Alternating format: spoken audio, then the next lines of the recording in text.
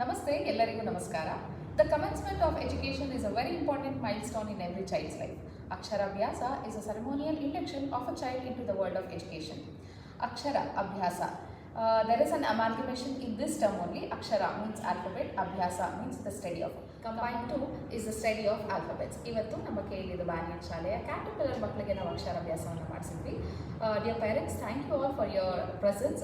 The glimpses are here of today's event. Please do watch. Thank you.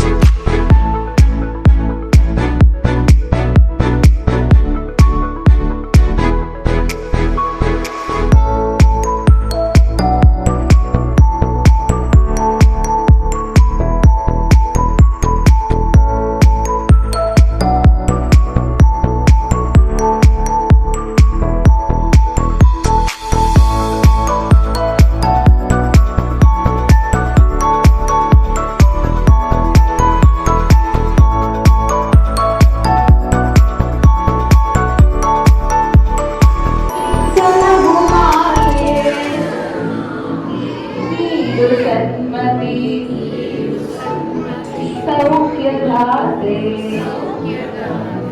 ताई शारदे लोकपूजिते ज्ञानदाते नमोस्तुते।